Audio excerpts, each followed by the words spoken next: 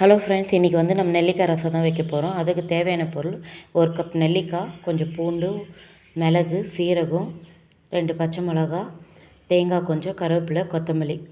இப்போ வந்து ஒரு மிக்ஸி ஜாரில் நம்ம வந்து 1 கப் நெல்லிக்காயும் சேர்த்துக்கணும். அது கூடவே வந்து அந்த தேங்காய், பச்சை மிளகா 2 சேர்த்து நல்லா நம்ம அரைச்சின்னு வரணும். அரைச்சின்னு வந்துட்டோம். இப்போது அரைச்ச விழுது இந்த மாதிரி நைஸாக இருக்கணும். இப்போ வந்து நம்ம இந்த சின்ன உரலில் வந்து சீரகம், மிளகு, பூண்டு போட்டு நம்ம நல்லா இடித்து எடுத்துக்கணும். ஒன்றும் பாதியமாக இடித்து எடுத்துக்கணும்.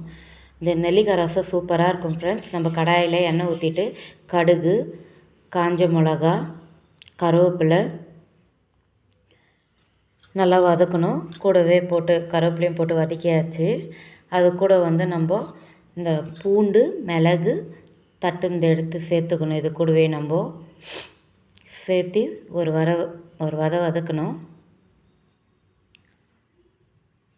கொஞ்சம் நல்லா வாசனை வர வரைக்கும் வறுத்துட்டு அது கூடவே கொஞ்சம் மஞ்சத்தூள், அதே ஒரு கலரிட்டு நம்ம அரைச்ச பேஸ்ட்டு, இந்த நெல்லிக்காய் பேஸ்ட்டு இது கூட சேர்த்துக்கணும். நம்ம சேர்த்து ஒரு கலரி விடணும். நம்ம திரும்பி கொஞ்சம் மஞ்சத்தூள் சேர்த்துக்கலாம் கலருக்கு.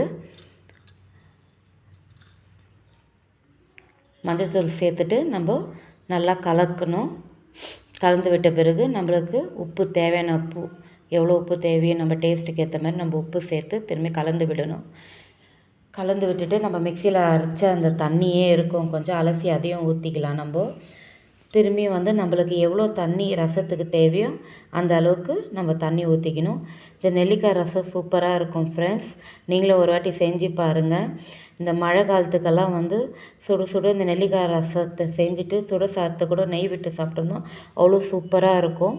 இந்த பாருங்கள், ஒரு கொதி தான் வரணும். நம்ம இது கூட வந்து கொத்தமல்லி போட்டுக்கலாம். ரொம்ப கொதிக்க விடக்கூடாது, ரசம் டேஸ்ட்டு மாறிடும். குழந்தைங்கள்லாம் நெல்லிக்காய் கொடுத்தா சாப்பிட மாட்டாங்க. நம்ம இந்த மாதிரி செஞ்சு கொடுத்தோம்னா சாப்பாட்டில் பசங்களுக்கு கொடுத்தா ரொம்ப நல்லது. இம்யூனிட்டி பவர், இந்த நெல்லிக்காயில் நிறைய பெனிஃபிட்ஸ் எல்லாம் இருக்குது. விட்டமின் சி எல்லாம் இருக்குது.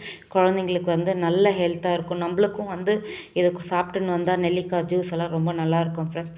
நம்ம சேனல் சப்ஸ்கிரைப் பண்ணுங்கள். பாய்.